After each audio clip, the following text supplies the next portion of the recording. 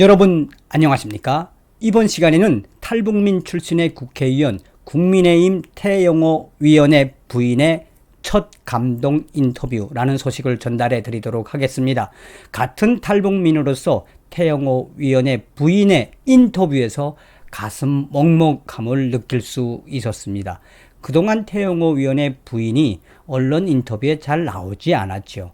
그러나 이번에 조선일보와의 인터뷰에서 소상한 감동 소식을 전했습니다. 태어나는 인간은, 태어나는 아기는 조국을 선택할 권리가 없다고 하지요. 북한에서 태어났다는 그 이유만으로 지금도 고통스럽게 살고 있는 북한 동포들을 생각하면 참 가슴이 아프고 억장이 무너집니다.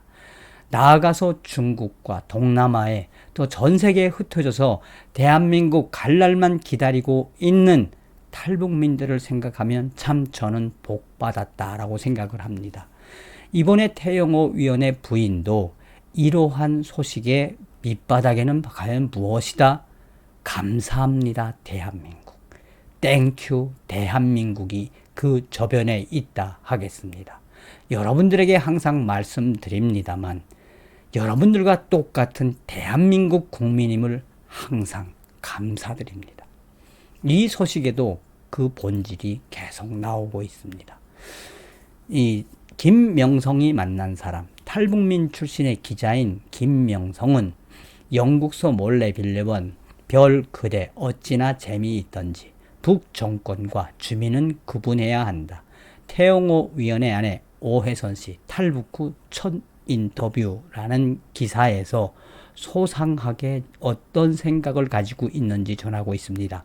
2016년 태영호 위원 영국 주재 북한 대사관 공사가 망명했을 때 아내 오혜선 씨도 화제가 됐다. 오 씨가 북한 최고 금수저인 항일 빨치산 가문이라는 점 때문이었다.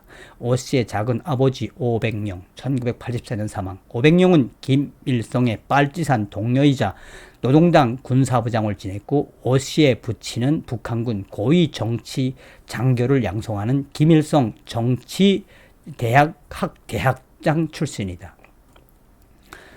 이런 배경을 업고 오 씨도, 그러니까 태영호 위원의 부인도 젊은 시절 대외 경제성에 영어 통역을 하는 등 적극적으로 사회활동을 했다. 하지만 오 씨는 망명 후에는 남편과 달리 외부의 모습을 드러내지 않았다. 지난해 4월 남편이 총선에서 당선됐을 때 잠시 카메라에 잡힌 게 다다. 그런 그와 추석 연휴 직전인 지난 15일 연락이 닿았다. 최근 이화여대에서 북한의 대남 비난 형태를 분석한 석사 논문을 쓴 오 씨는 앞으로는 북한 실상을 알리는데 조금이나마 힘을 보태고 싶다고 했다. 다만 아직은 전면에 나서기는 부담스럽다며 마스크를 낀 채 촬영에 응했다. 북한에서는 사회활동을 적극적으로 했다고 들었다. 군관 장교인 아버지가 함경북도 나진에서 근무할 때 태어나 한 달 후 평양으로 올라가 쭉 살았다. 1989년 평양 외국어대학 영문과 졸업한 때 평양에서 열린 제13차 세계 학생 청년학생 축전 행사에 학생 대표로 참석했다. 당시 방북한 임수경을 먼 발치에서 봤다. 당시 북한에서 세계 보건대회도 열렸는데 최선희 현 외무성 제1부상 최선희 씨와 외무성 대표단 단장, 내가 대학생 단원으로 함께하면서 인연을 맺기도 했다. 졸업 후에는 무역성에 입사해 아시아, 아프리카 대외 무역 업무를 담당했다. 북한에서 빨치산 가문이면 어떤 혜택을 받나? 예전에는 빨치산 가문이면 사회적으로 감싸주고 내세워주는 분위기였다. 빨치산 계열과 남조선 혁명과 남파간첩, 애국 열사, 6.25 희생자 가족은 친손자까지 대학 입학이나 직장 배치 등에서 가산점을 준다. 하지만 북한도 배경만 우선시하던 시대는 지났다. 북한에서 충분히 혜택을 받고 살 수 있었을 텐데 왜 망명을 했나? 어렸을 때부터 특혜를 받았고 남다른 긍지와 기대를 안고 성장했다. 그렇기 때문에 망명을 결심할 때도 고민이 많았다. 하지만 돌이켜보면 북한에서 보낸 삶은 빨치산 가문이라 해도 처우가 좀 낮다 뿐이지 결국 김씨 일가에 복종하지 않으면 살 수 없는 노예들이다. 북한에 돌아가면 자식들도 다 노예가 되는 곳인데 애들만큼은 자유롭게 키워야 하지 않을까 하고 남편과 오랜 시간 논의에 결심을 했다. 해외 생활을 오래 하면서 망명 생각이 더 굳어졌을 것 같다. 남편을 따라 영국 8년, 스웨덴 2년, 덴마크 2년 정도 살았다. 처음 덴마크에 갔을 때 여기가 천국이구나 생각했다. 사람들도 따뜻하고 복지도 잘 돼 있었다. 그리고 북한에 왔는데 너무 한심했다. 어릴 때부터 받은 교육 때문에 우리도 언젠가는 좋은 시절이 오겠구나 하는 희망이 있었는데 갈수록 더 황폐해지고 사람들은 추위에 굶주림에 떨고 있었다. 북한에서 그 나름대로 복지 시스템이 있지 않나? 하지만 엉망이다. 있지만 엉망이다. 중앙에 공급이 많이 줄어들고 생활 기반이 약해졌다. 북한에도 연료 보장 제도도 있지만 무용지물이다. 현직에서 일하는 사람들의 월급도 환율로 따지면 휴지 쪼가리에 불과한데 은퇴한 사람들은 어떻겠나. 저희 부모님도 말지산 출신인 저희 부모님도 예전엔 연금이 나오니까 너희 신세 안 진다 했는데 그게 한 달에 1달러도 안 됐다. 전기가 제대로 안 들어오니 변전소 사람들이 갑질하는 세상이 됐다. 그들에게 뇌물을 줘야 전기를 쓸 수 있다. 오 씨는 김정은이 처음 전면에 등장했을 때 잠시 개혁과 변화에 대한 희망을 품었다고 한다.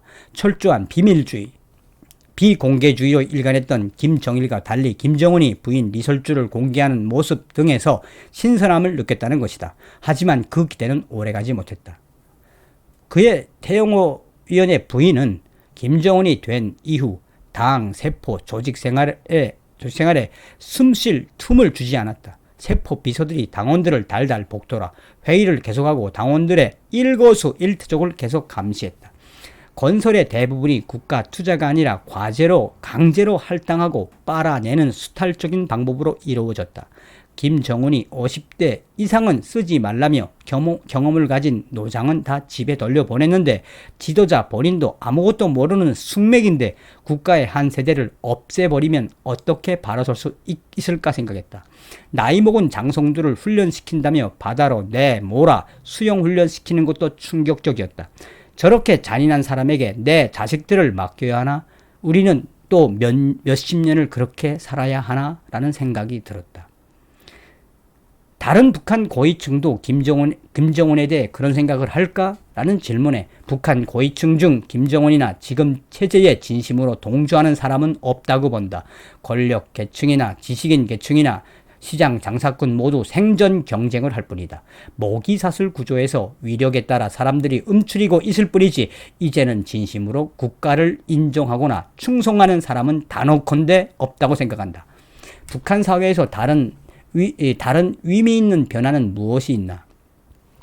남한처럼 인문계가 몰락하고 이공계가 대세가 된 것이다.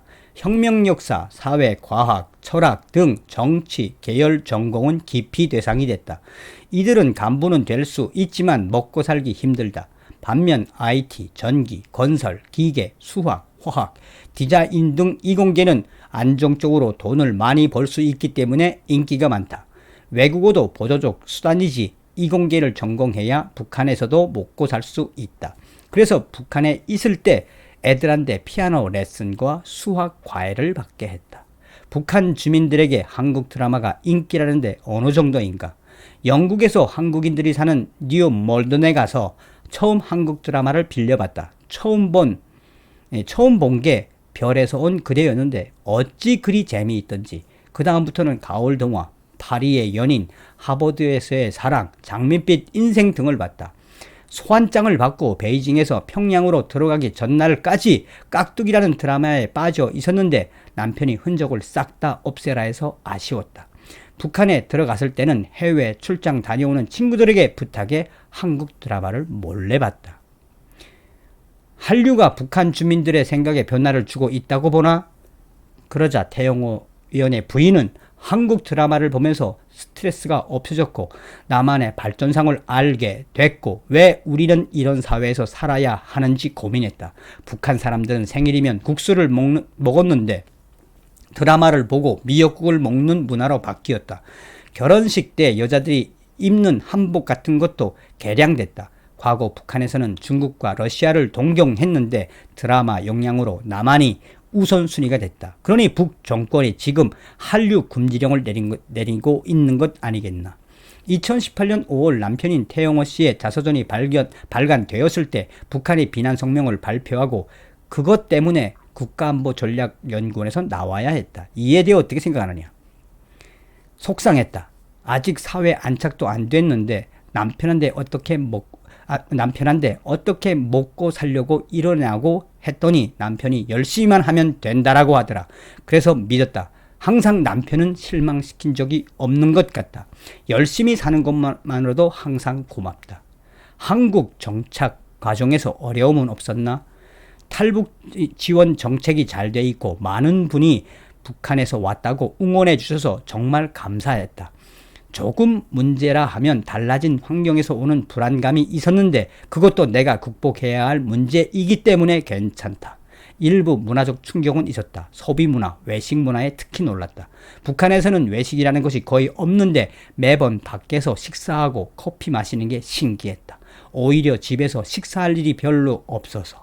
남편이 국회의원 당선되기 전에는 집에서 도시락을 만들었다. 하루에 한 끼는 그래도 집밥을 먹여야 한다고 생각했다. 국회의원이 되고 나서는 일정이 너무 달라 어렵고 가능한 한 주말만은 집에서 식사하기로 했다. 정치인의 아내로 사는 것은 어떤가? 선거 당일에 전화만 돌리고 별로 도움이 못 됐다. 내 위치에서 남편의 짐을 덜어 주기 위해 할 수 있는 일을 하고 싶다. 한국 사회에 빠르게 적응하고 있는 남편에게 짐은 되지 말아야겠다는 심정으로 열심히 배우고 있다. 자식들에게도 어머니로서 한국 사회 정착에 본보기를 보이고 싶었다. 그런 마음으로 대학원에 다니고 논문을 썼다. 북한 정권과 주민을 구분해서 알리는 역할을 하고 싶다. 사막에 뿌려진다 해도 우리는 일어나자가 우리 가족의 가훈이다 라고 전하고 있습니다. 여러분들은 어떻게 들으셨습니까? 이번 시간에는 태영호 위원의 부인의 첫 감동 인터뷰, 서두에도 말씀드렸습니다만 땡큐 대한민국, 감사합니다 대한민국, 열심히 북한 동포를 위해서 열심히 하겠습니다라는 그 부인의 절절한 이 인터뷰를 전해드렸습니다. 서두에도 말씀드렸습니다만 여러분들과 똑같은 대한민국 국민임을 항상 감사합니다. 멸공